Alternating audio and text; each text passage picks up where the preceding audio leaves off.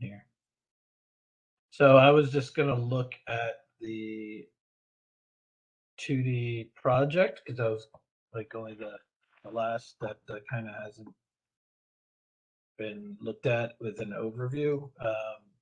Is there anyone have any questions before we begin on like what they're working on, where they're need a little bit of discussion, not only about like the design, the direction that they're thinking of going, but like the technical areas that you're going to have to explore more? No one want to talk about their project and have any ideas with it? Or they're fine, they don't need to ideate?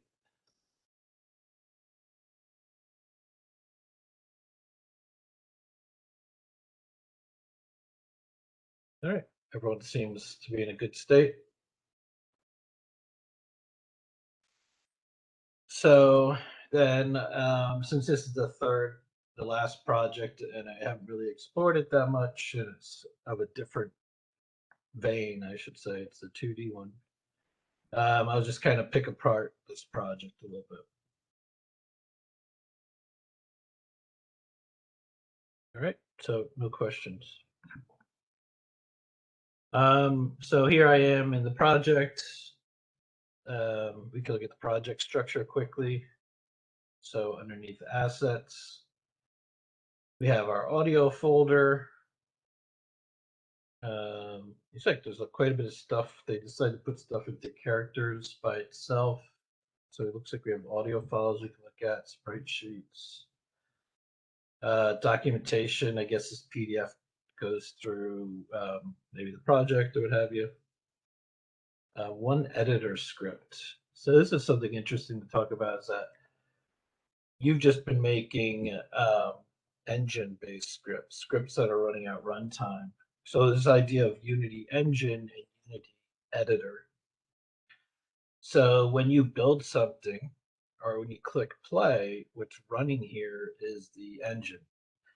But when you're within this software, this Unity Editor software, you're within the context of the editor, so the developer side. So sometimes you want to write your scripts for the engine for runtime that are directly involved in your game, and sometimes you want to make editor scripts. These are mostly like tooling scripts and things to help you with building levels and making content. And so in this case, is a patrol path editor. So you can notice here I clicked on it. It's saying it's using methods from the Unity editor namespace or library, and it's using scripts from the Unity engine that this is you're more familiar with, but we can use stuff on the Unity editor side. So when you're making UI stuff, you'll notice you're using like Unity editor.ui. It's that engine.ui. Can't remember off the top of my head. In this case, this is making a custom editor of type patrol path. So this is a way to make patrol paths that ultimately are built to be run in the engine, but they're a little bit, it seems to be they're a little bit annoying to build, so that there's an editor tool to help you. So this type of drawing, it's like debug drawing. I just saw it. Draw gizmo and stuff. So when you're trying to debug stuff, sometimes it's helpful to like draw spheres or lines, especially with like raycasting and touch events. Like, where is this mouse event? Where is this actually touching in my game world? You might do a draw line or raycast to like see where that's happening. So a lot of this stuff is using Unity Editor.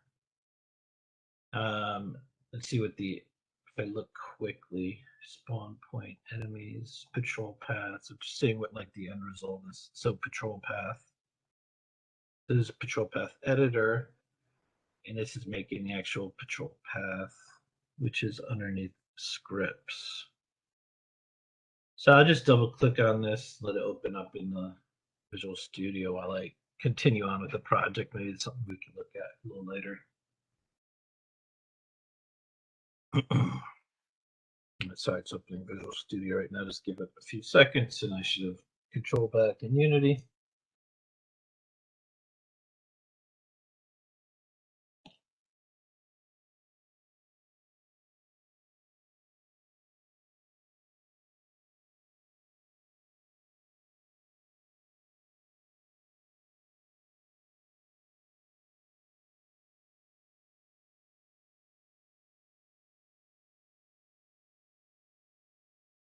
All right, controls back. Um, so one thing to note is normally when you create a Unity engine script, you're usually inheriting from mono behavior. And mono behavior gives you the features where you have like an update loop, you have awake and start methods, and the script can be attached to a game object as a component. But here you notice that we're inheriting from editor, which is coming from the Unity editor class. If you want to read more about this stuff, just know that Unity has an excellent documentation.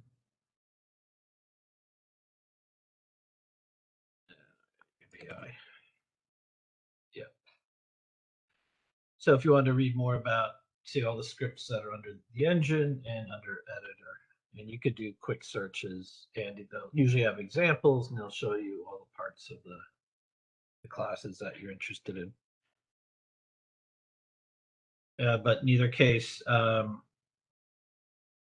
so this is inheriting from the editor class, this on-screen GUI, because there's this tooltip underneath that says Unity enables the editor to handle an event in the scene view.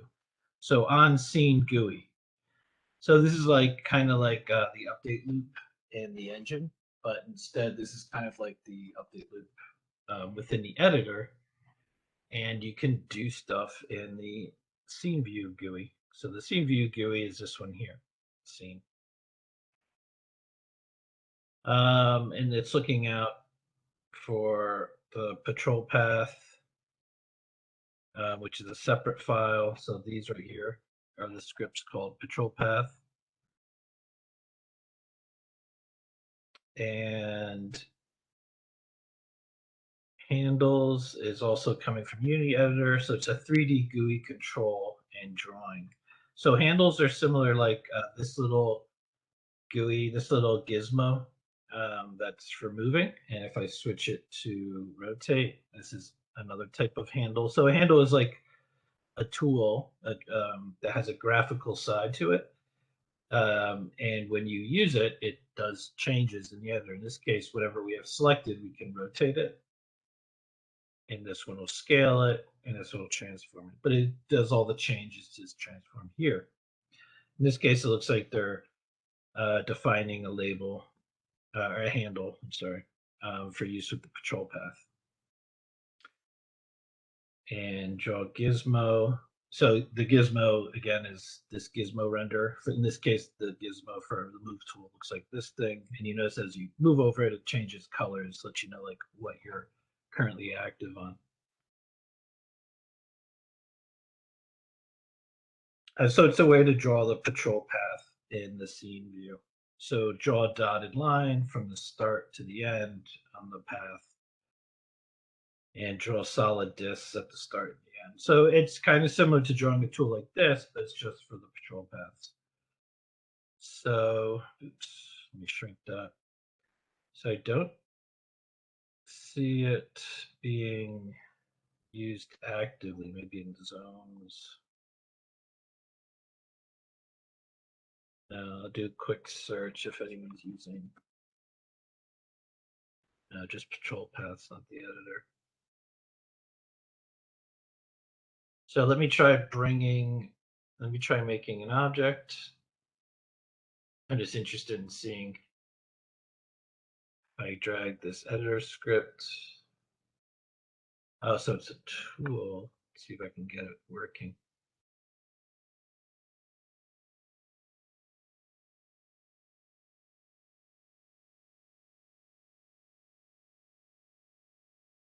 So it's an editor window. So sometimes it might make, no, it's not making a custom inspector. Okay, it's a custom editor. That's type of patrol path.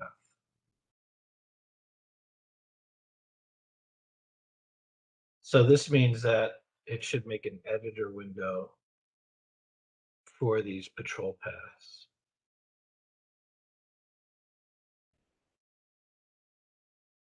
Now, how to activate it? Let me check their documentation real quick. Let's see, game controller. Explains the game controller. You got the UI canvas with the player controllers doing the grid, the enemies, which the enemy controller needs to know what control path it should be on.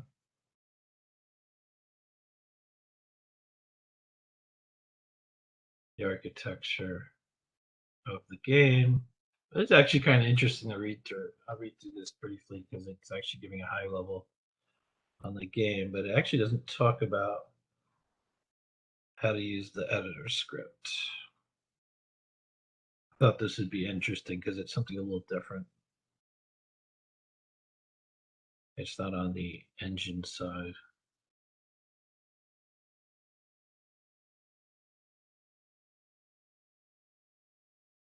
So I'm just going to hunt around briefly. Let's see if there's a tutorial. Now it's just publishing. Oops.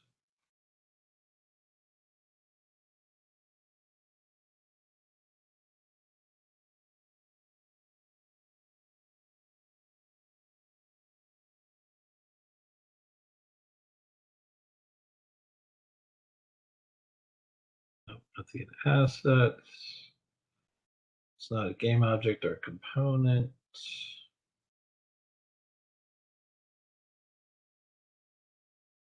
So if it's an editor window, usually you can open it. It'd be like up here and you can open it.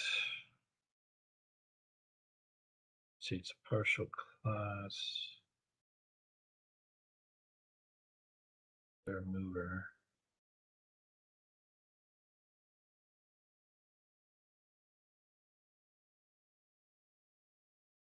All right, so since it's a partial class, this is something probably new for you. It just means that the other part of the class is defined in another file.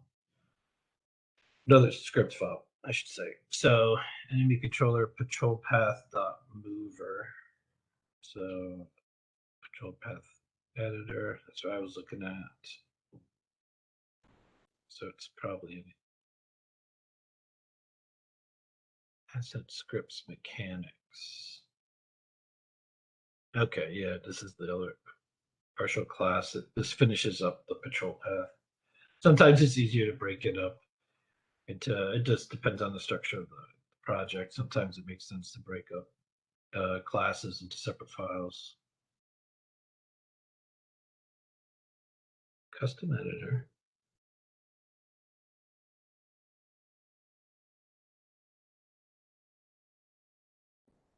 Yeah, so we should see a little drawing gizmo for a patrol path.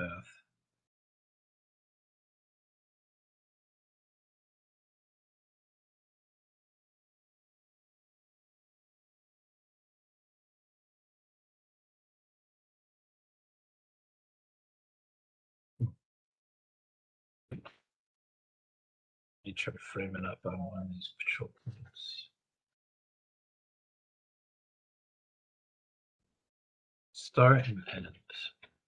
Game view. See if I turn it off in gizmos. No, nothing's turned off.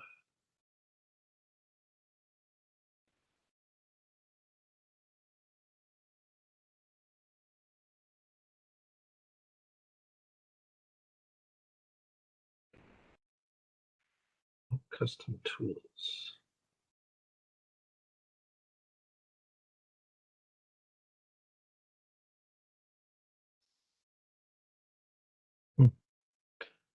I'll look if anyone finds documentation on the editor tool. I'd like to wrap up talking about that, but I'll put that aside for now. So environment, sprites, tiles. So sprites are unique placement. Tiles are meant to be repeatable and placed next to each other. Mod assets is that big generic asset folder that all the projects are sharing. So prefabs are meant to be spawned a lot or more self-encapsulated. So you got a lot of enemies, you got the player, you got some buttons that they can touch. And there's just one scene here. We don't have like that when lost in like menu. And the bulk of it, usually in every game, is there's a lot in the scripts going on.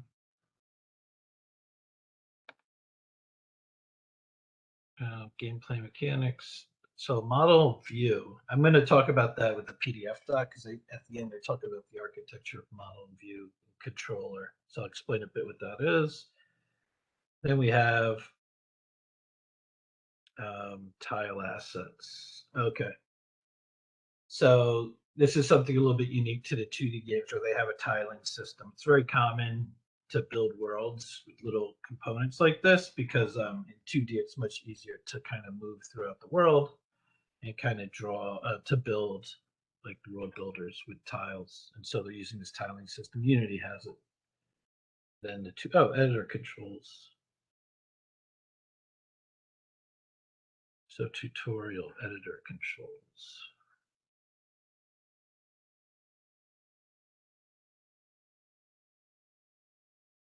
Um, a sec.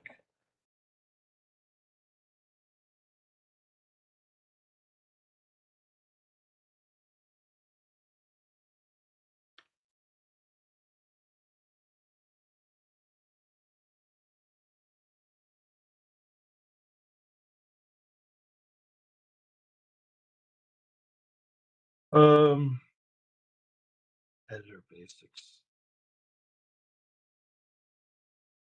It's interesting. I actually never used these tutorials in these projects before.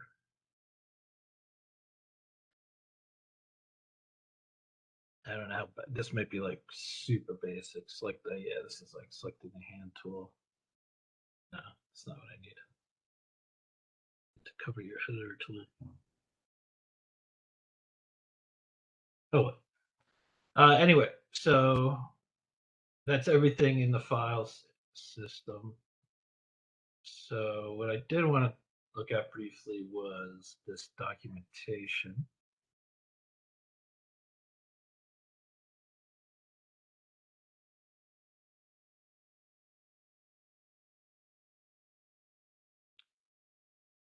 And just gonna open up a little bit. All right, so this is actually if you're interested in building 2D games and learning from this one, this is interesting. It's a high level, so it's going to go over how the scene is built together. So we have a game controller, a token controller. So I have to read more about tokens, but what that means. But the fact that there's a frame rate showing, usually that's like how the game's frame rate is usually how the game is being played. So I don't know what the term token is about, but meta game controller. Okay, the meta state, the high level state. So we have the UI controls in the game controller. Interesting that they'll break out meta stuff, but we'll see why. So the model token. This field contains values referenced in the game. Oh, the model here. Okay. You're able to access this model anywhere in your code via simulation.get model. Okay. So they're following what's called MVC or model view controller.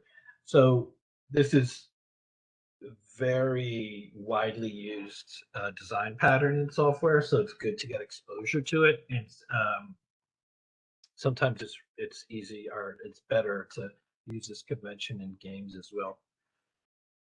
So model view controller. In web development, you're going to hit upon this a lot because it's just a very convenient way to build stuff. And let me just see if there's like a little diagram.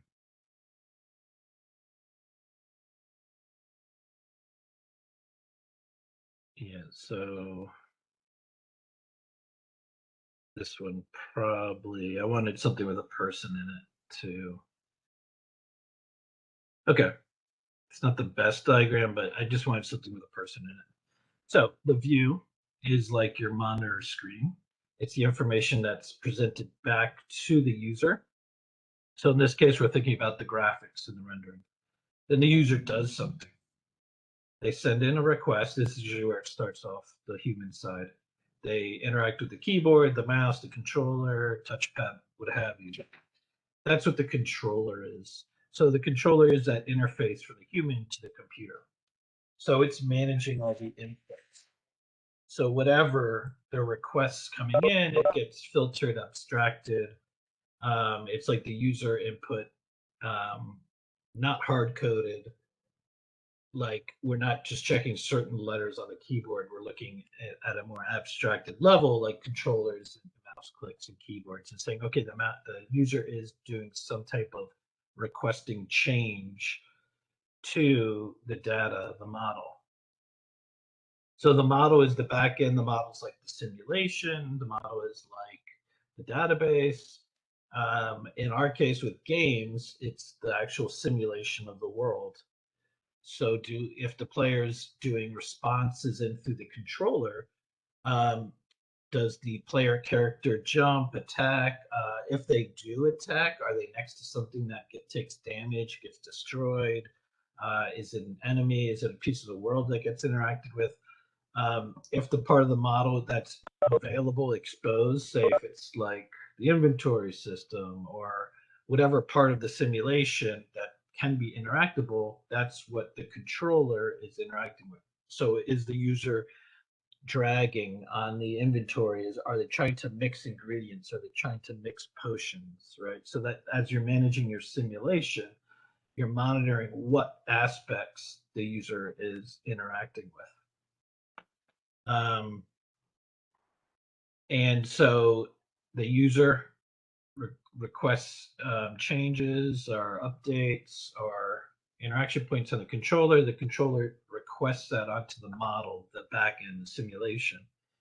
And the model doesn't always, if everything is accurate, if the user is dragging on something that's meant to be interactable, that's what the model determines. The model says, okay, yes, I moved the potion that was in backpack slot 1 to backpack slot 2. And the controller gets that change of information and it comes back. You've seen it either going back through the model, the controller back to the view. This is saying like the controller is controlling both the model and view. I've seen diagrams where like this, the user is using a controller, it's manipulating the model, it's updating the view, and this is what the user sees. This is a diagram I'm more comfortable with seeing. In that it's simpler and you can, hold on 1 second. All right.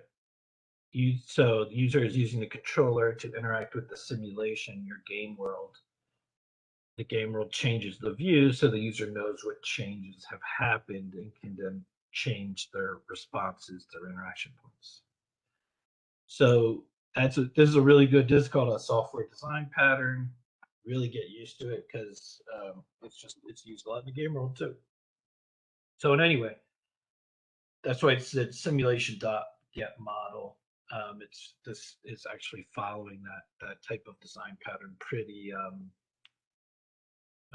faithfully. I'll say it's just not a game designer just building a game willy nilly. They're actually trying to follow some type of design pattern so that it's easier to build a game and not be as chaotic about it. Token controller. The component controls all collectible tokens. Okay. So I was thinking that tokens does mean like pickups. So coins or power ups or whatever. But I just didn't understand why it said frame rate with it. But in any case, I guess since the tokens are, I guess this game is a platformer, called like token pickups, such a big part of the game design that it has a lot of the code is there, so it needs a type of control all the way at the top. And they just called it a metagame controller, switching between the menu and gameplay. So that's the way they run the term, like the user interface. It's more like the metagame. Sure, if these are terminology that they're comfortable with, and we're following their game example. So just to connect up here, that's referring to this game controller. I close tutorials. Yeah, that's great. So you have a game controller, we got the token controller, we get this meta game controller, and then the audio, some audio source. I guess all the music is being played here as well.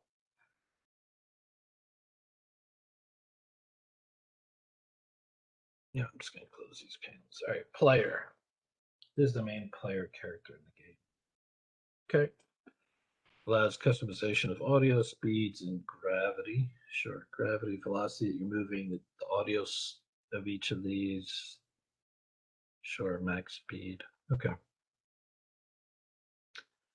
The grid. So this is their tile-based system is based on a grid, and then here's this is a different layers up, makes it see. All right. So is used to background layers create. So parallax scrolling effects. The parallax layer.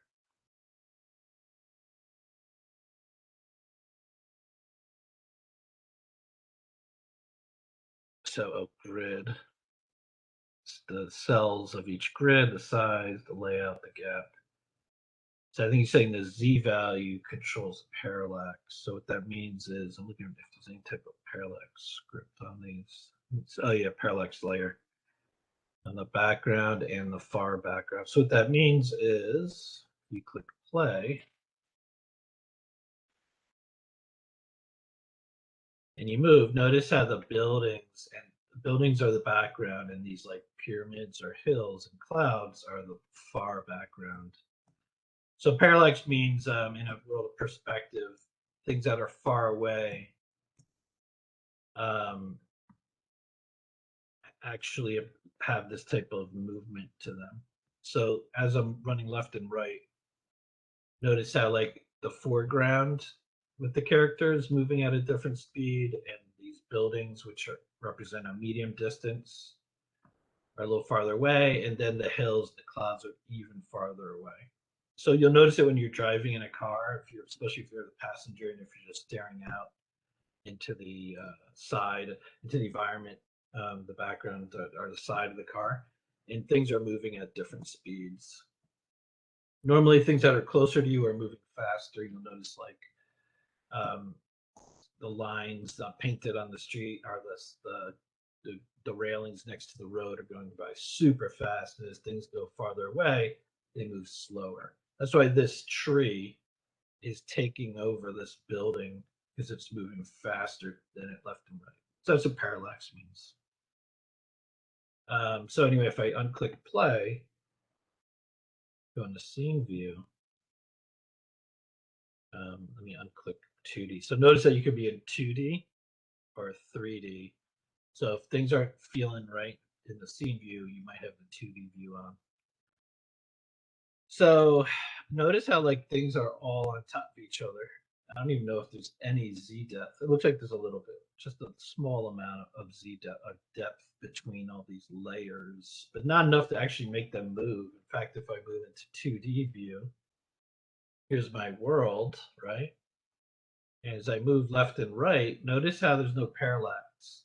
The clouds aren't moving and the hills aren't moving in respect to the foreground stuff. So that's just done with the script. It's like faked. So I guess while we're still in the view here, before I go back to the document, I'll just say that notice how all the stuff is lined up really close. Notice that we have this big, long cube. So this is actually our camera. And you might be a little surprised of the shape of it. It used to like a fulstrum going out wider, and that's like the perspective distortion. And for 2D, if I can find the camera, here we go. Normally, you're going to have a orthographic camera, no distortion. If there's no distortion, things far away are rendered at the same perspective as things close up, which is why it's shaped like a cube and not a fulcrum like a cone. And so you can see that there's perspective in the scene view, but we're in a perspective camera, so I can switch out and go to ISO camera and notice how we're not having that perspective fall off. It's just things are hard to orient yourself around because you're not used to thinking in orthographic space. So I go back to perspective.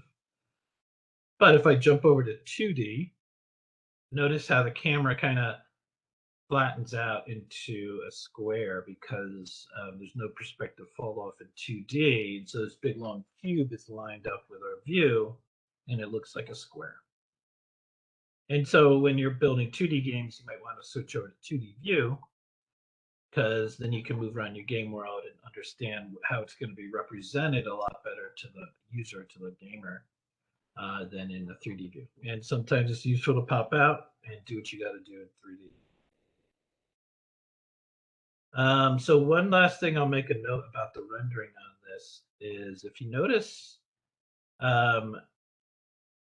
things aren't layering the way that you would expect it. So if I move over here and click on, I'm trying to click on, this is a tile map. I don't want the tile map. I want the actual graphics background. Is it under zones? No. Okay, it's just how these tile mappings are. Gotcha.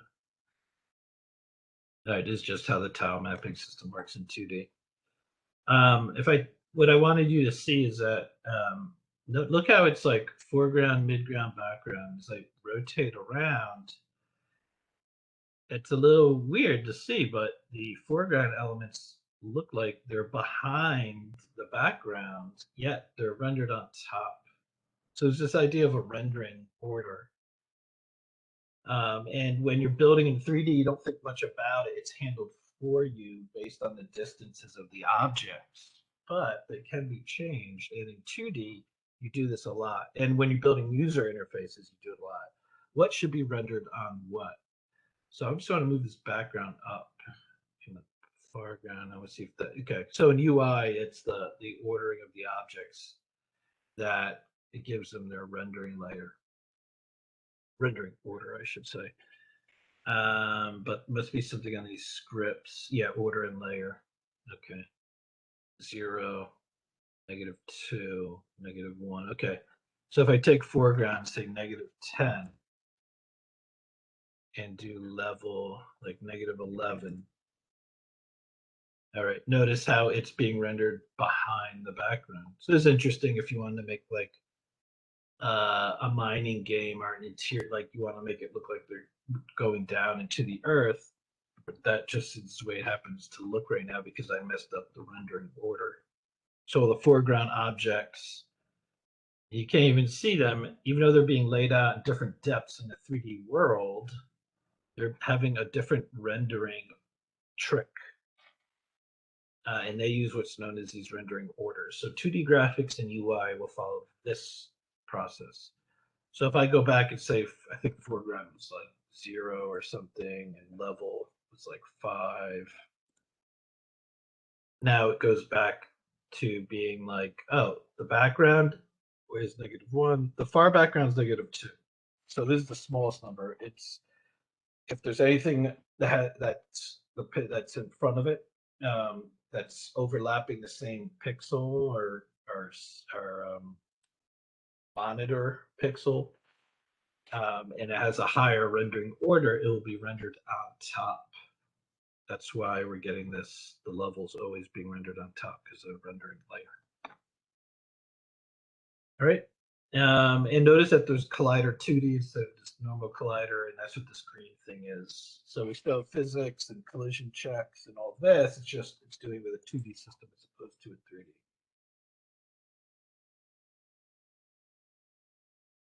All right. So that was this grid and parallax and the movement scale. How hard is that parallax happening? Enemies. All enemy characters are placed under this game object. So enemies has an enemy controller. Enemies and patrol paths. Okay. And all the enemy prefabs are here. Okay. Tokens. This is a container for all collectible tokens, and seeing each token prefab contains a token instance with a simple frame-based. That's what the frame was. This is a frame-based animation. Okay, gotcha. You don't have to have all these animators. So this is saying this token instance, when it's idle, it's these are the frames, the different images that get swapped between it at a frame rate of 12. flips per second. So within 1 second, it switches an image 12 times. It happens to have 13 images in the sequence, and it's quick enough to make it seem like it's moving. Gotcha. And then when you're collecting it, here's like the sequence of 8 images. All right, so up here, game controller, that's right, saying frame rate of 12. Oh, and so all the tokens are spawned underneath here, and this thing is kind of like the animator. They didn't want to put an animator on each token. So, okay, it's these diamonds. They have a circle collider. That's how the player collider touches this, and it knows if it's collecting it. It's a token instance, right? And here's, okay. So if all this token spin is one image, and using the sprite editor here, I don't have a sprite editor. Interesting. They separate it out. It's a package manager now. Jeez, they pulled it. This used to be part of Unity. Now you have to go and download the 2D sprite package. All right. So package manager. I don't know my password now. Here we go. I can just move through these. As you see, I'm moving through them. Look down here. And you can imagine this swapping out 12 times a second. And this just happens to play over and over again. And what happens is when it gets to the end, the last frame is the same as the first frame, so it just can get played over and over again. Looks like it's looping, or like there's no seam in the animation. And it does this. And with the collected animation is, I just want to see what folders they're in the same folder. Okay. So this is the animation when it gets collected. It does the sparkling out. It turns to a wireframe, or it turns to an outline, then it just sparkles out. Yep. And so what else do we have here? We have enemy death. The little blob boils up. And so look, it's a sequence of images that are put together. And what the sprite editor does, you can define how you're chopping this up. So is it one big sprite? Is it multiple sprites? What sections are, so these are just labeled like 0, 1, 2, 3, 4, 5, and that's it gets played back like that. So this is, it gets hurt, does this kind of motion. And when a blob is idling, it's just sitting there and doing this like little jump. When it's running, I guess chasing you, this is what it looks like. We have one frame for this Mr. Alien. It's not a playable animation, it's just a frame of him. So here's the player dying. Player gets hurt, kind of pulses a little bit. Is idle. He's like breathing. That's very common. Jump. So notice that he's standing. There's no position change on the jump. That's handled with code. So you take the player, the transform, and you just give it some acceleration. You have some gravity, make it pull back down, and you're checking the ground. It's very similar to like the race car, the 3D race car game. How we're having ground checks with the physics. So this is when they're landing. It's a very quick land. And running. Spawning. Okay. I guess when he dies and he's spawned back up, he has another life. And victory. And we get the end of the level, we get a thumbs up. All right, that's all the animations.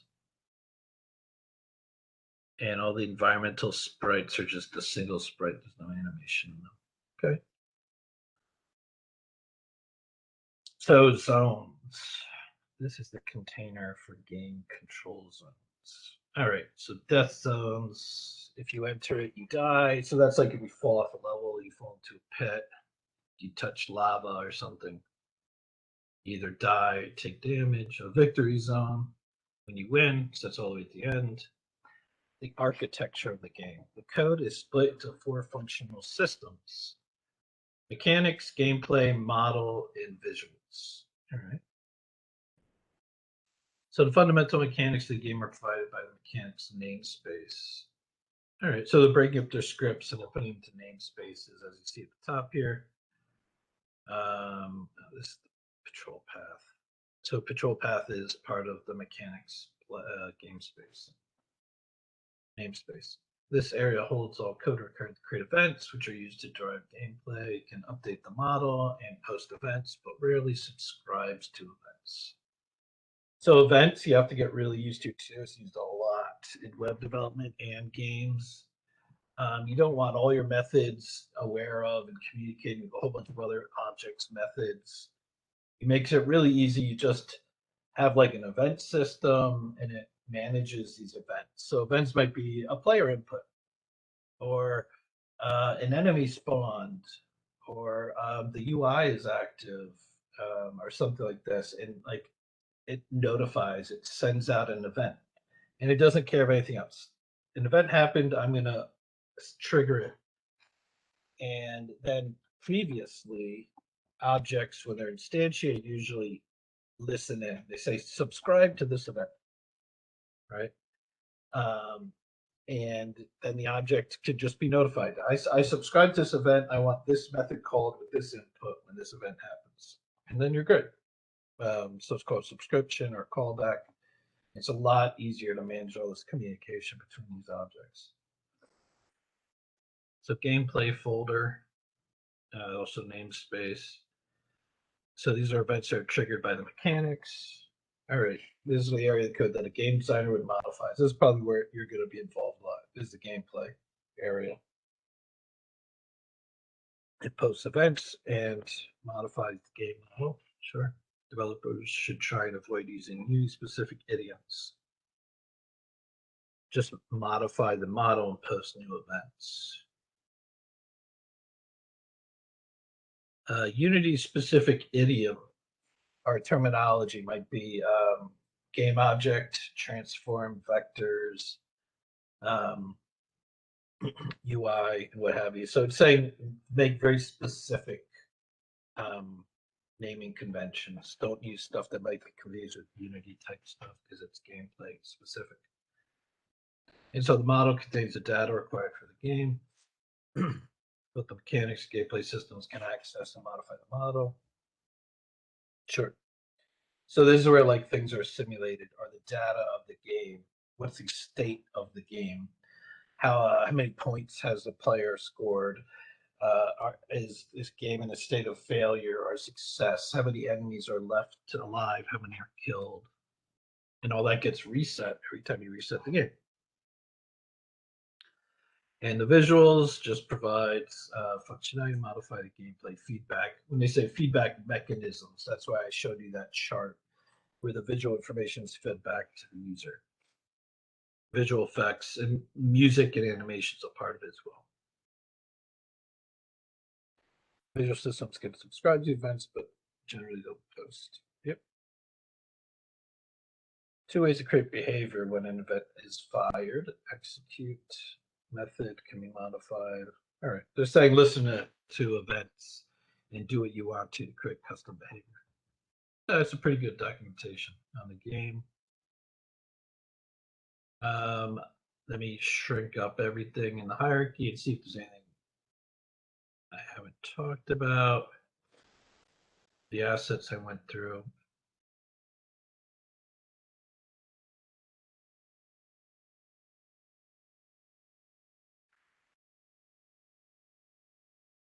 Go to the camera, the grid, background. Seems to be empty. Unless did I pull it out? No, I think it's a duplicate. They made a mistake and this isn't supposed to be in here. Enemies, so here's tokens and the zones. So we got one here. Yeah, it covers these 3 pits. We got one over here that covers these 4 here, these 3. Why it goes so far over here. It also covers like half of this. Like you could have just done one big death zone. I don't know why they broke it into two. There's a large area over this side, even though there's a big wall here. But I guess if in case there's some glitch that they didn't figure out, but some gamers can like somehow hop over this whole thing. They just want to make sure you'll still get killed anyway. And an even larger one over here. I don't know why you need two. And the victory is all the way on this far side here at this house.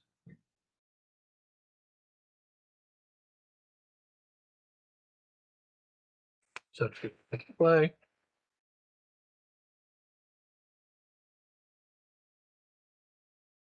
And I think the only thing you can do is jump and collect coins, tokens.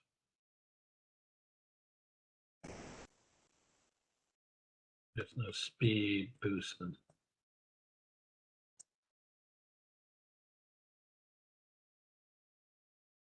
I guess this is a hidden, yeah. So notice there's a secret part. I saw it and I just assumed that this is like, there's no collider here. It's a secret room. It's a bonus for exploring players. Must have been another way up there.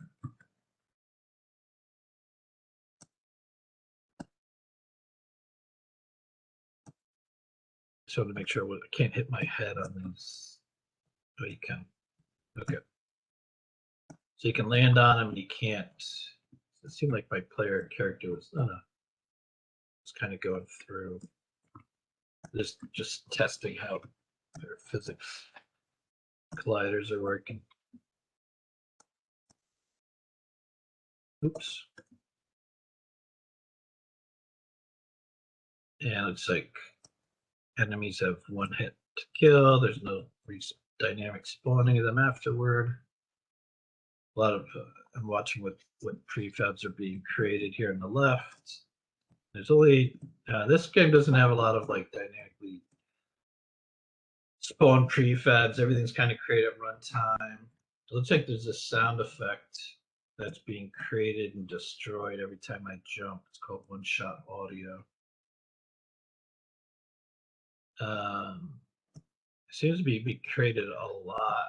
So if that's the case, I would have just created it right up runtime. Wow, I can't do this jump. And then just turn it on and off and reset it every time I need it instead of dynamically creating, destroying it every time. Jump's giving me. One thing I kind of have an issue with is like I'm getting stuck on sliders above me. Usually with platformers, you want to be really play test your level really well so that it feels really responsive and fun. And I don't like getting stuck underneath things when my visual of my player character isn't like directly underneath. You know, so it's annoying for me. It's like a well-designed jump. I'm like, I might just pause the game and move this thing because I don't know if I can actually do this.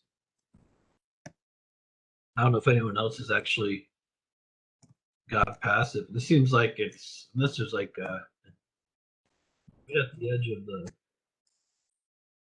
possible position I can be on that. That was too early.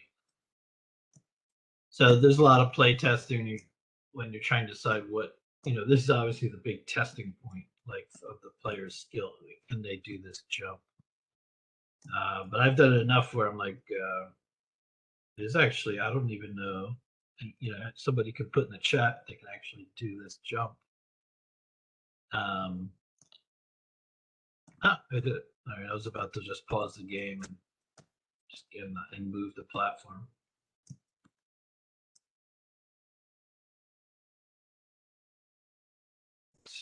Yeah, sometimes I don't like how like the head of the character is like chopped through on ceilings. I wasn't paying attention. Oh my god, I gotta go all the way through. Yeah, forget that. Let's teleport the character. Let's see if I can do that. We can do all that again.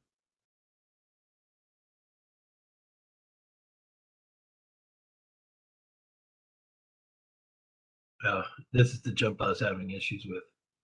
Let me place the character right here. Yeah, let me show you what I was going to do. So if I unclick play, yep, teleport. Boom. So what I was going to do is I'm going to pause the game here. Ugh, it's WebEx control. I'm going to grab this might be tile map, tile render. It's using some tile builder system. These aren't separate. Nah. Oh well. I'll do the next best thing. Teleport.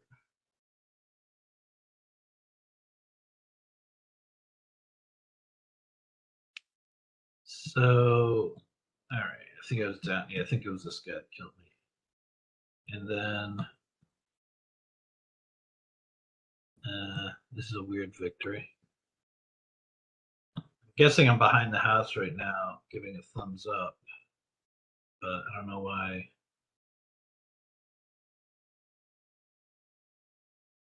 Yeah, I can see the thumbs up right there. So some gizmos in the way. I can get rid of that. I am right there giving the thumbs up. But looks like they didn't play test.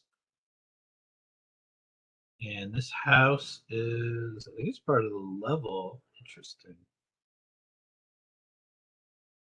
So the character's frozen in this victory state. I wanted to move back and forth and see, like, is he front or behind these bushes and trees? And it doesn't even say victory or anything. Okay, we're in victory state. Again, the only way I can tell that's because character's frozen, but the rest of the game is still playing. It's a little kind of, that would be my first thing is if I was modding this game, I would fix that jump point, and I would actually have a real victory. Like everything gets frozen, and he does a big dance, and you can actually see him. He's moving from his house, and in big letters that would say victory. Um, but what I wanted to look at was the rendering order. Okay, camera's over here, player. So I'm going to try clicking on level. Go back to game view. I'm going to drop this down. Oh, okay. There he is. So it should have been like a 2 or a 3. This is what victory should look like. All right, I'm standing in front of the house. Great. So just wanted to let you know. Sure. That's fine. Someone just sent me a private message. It's a camera system. So what's weird is why is there an event system when there's no UI? How do I try pressing the escape key or something? Okay. This is your, oh man, these guys kind of didn't do a polish on their template.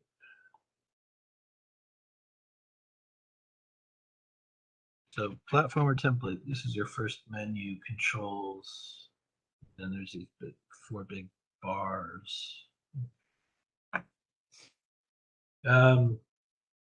This is cool. I maybe never opened this up. The event system is showing me the position, if it's eligible to click, if you're over like a UI element, that would probably be true. Wow, this is great information. I've never seen this like this. Great. Current broadcast, we're on main. Module, the UI, yes, the UI canvas. Now we're on nothing. Wow, it's really good. So I guess the camera, an interesting thing is you can note that the camera must be following and looking at the player. So the camera is not like parented underneath the character. Now notice there's the thresholds of when to move the camera. So here's like the center action point. Only when he moves this far over will the camera start to follow them. So that's the game window guides. Yeah. That's a really nice little guide set up. So confiner. So this thing, keep the camera within this whole big confiner. Okay. So the camera cannot go outside this green section. I just wanted to see what's the dampening, look ahead, smoothing. This must be it. Camera distance.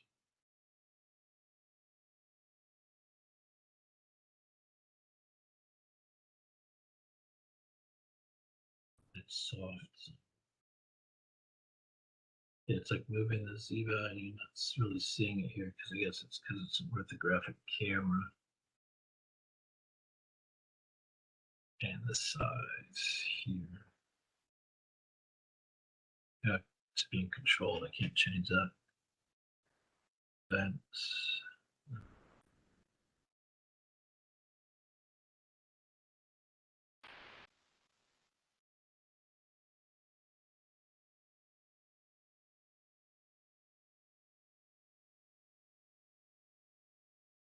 Oh, here we go. Lens.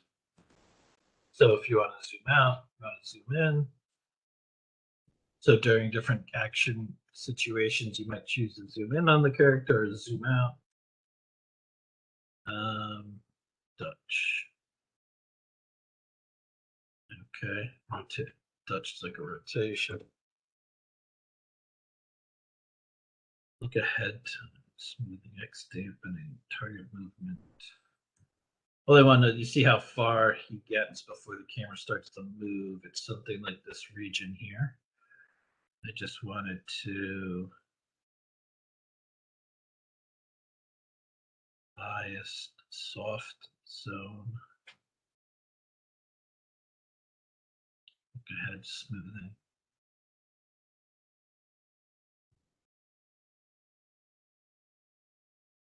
Okay, the dampening. So notice that, look at his position in this little square.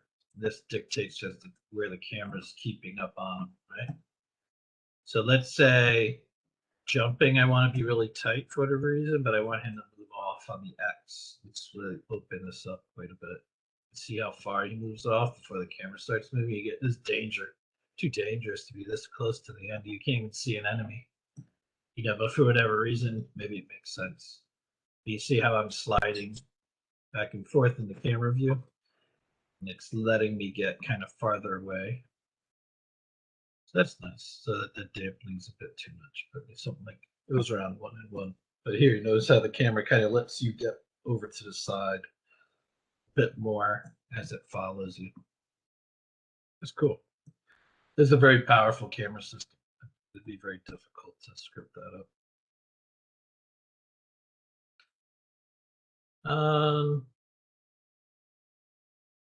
Cool. I'm not definitely not going to jump into the scripts today, but that was nice. So is there, just on this idea, I went over the project, the hierarchy, I should say the overview of this project. And I went into like how the different parts are working in the hierarchy, and looking at like what's different with a 2D game is in addition, in respect to a 3D game, especially with like the render order and the colliders and what have you. Is there any questions on anything I've done?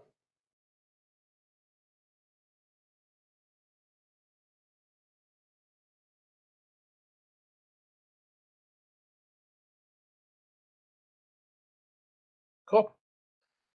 All right. Well, definitely email me if you ever have any topics to cover. And I'll get grades out this weekend. And I'll see you next week.